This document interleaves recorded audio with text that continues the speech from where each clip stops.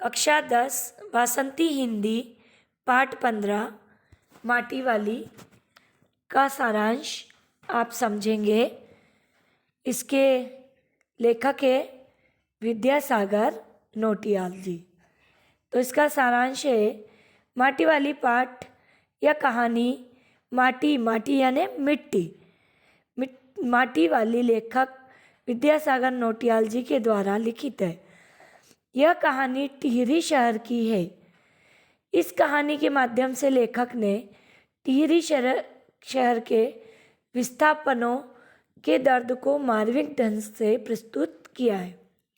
लेखक के अनुसार माटी वाली बुढ़िया ने अपने सिर पर रखा माटी से भरा कनस्तर यानी मिट्टी से भरा जो कनस्तर है, जो बर्तन है, के बोझ को नीचे उतार कर रख दिया। शहर में हर कोई उस बुढ़िया को जानता था। टिहरी शहर का ऐसा कोई भी घर बाकी नहीं था होगा जहाँ पर बुढ़िया लाल मिट्टी न देती हो। टिहरी वाले उस लाल मिट्टी का उपयोग चूल्हे चौके की लिपाई और मकान के कमरे दीवारों की लिपाई पोताई के लिए भी किया करते थे। घर घर जाकर माटी बेचने वाली नाटे कद की यानी छोटे कद की एक हरिजन बुढ़िया थी।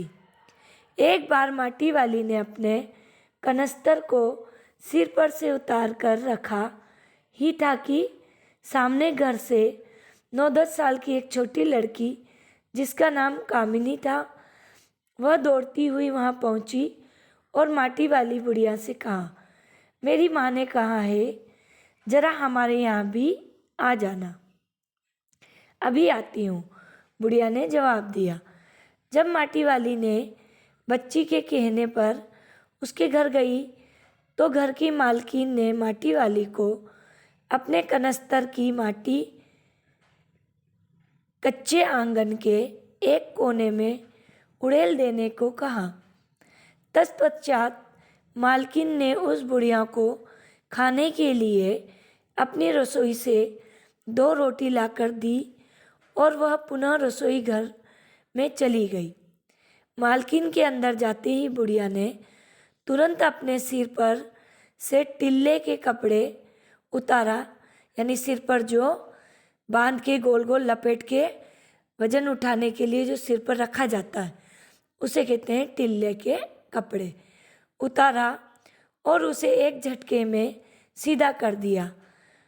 तत्पश्चात वह 2 रोटी में से एक रोटी को उस टिल्ले के कपड़े में गांठ बांधकर रख ली।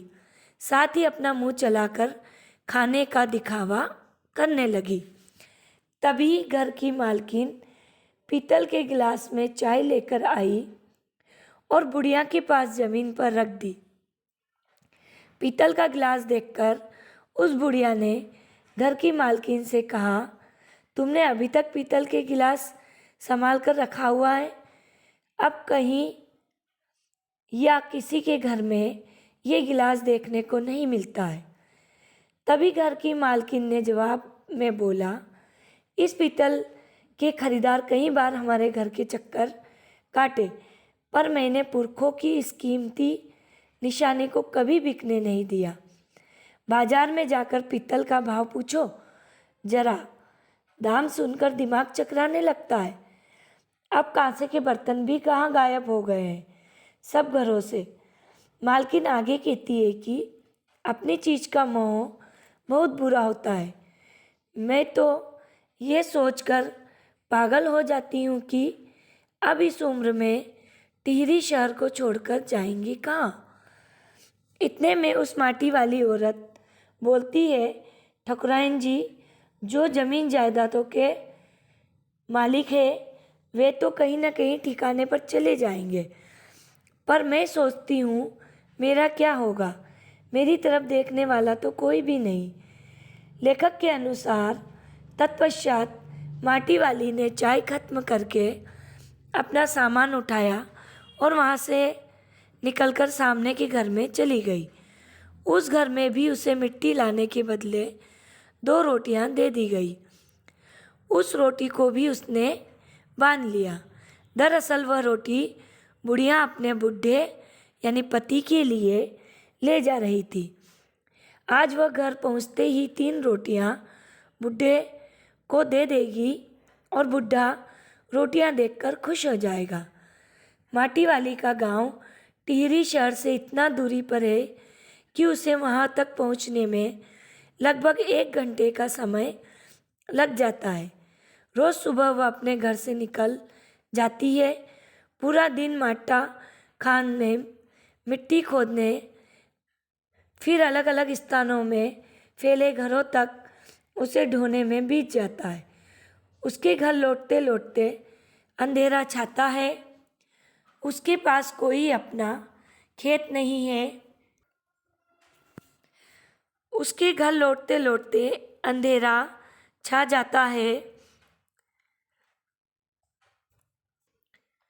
उसके पास अपना कोई खेत नहीं है। गांव के एक ठाकुर की ज़मीन पर उसकी झोपड़ी खड़ी है। ज़मीन के बदले उस गरीब बुढ़िया को ठाकुर के घर बेगार करना पड़ता है, यानी मजदूरी। माटी वाली बुढ़िया मन ही मन बोले जा रही थी कि आज वह अपने बुढ़े को केवल रोटियां नहीं देगी, माटी बेचकर यानी मिट्टी बेचकर जो पैसा आया उससे वह 1 पाव यानी 250 ग्राम प्याज भी खरीद ली ताकि अपने पति को रोटी के साथ सब्जी भी परोस कर दे सके। मन में और भी कई तरह की बातें सोचती और हिसाब लगाती हुई वह अपने घर पहुंची।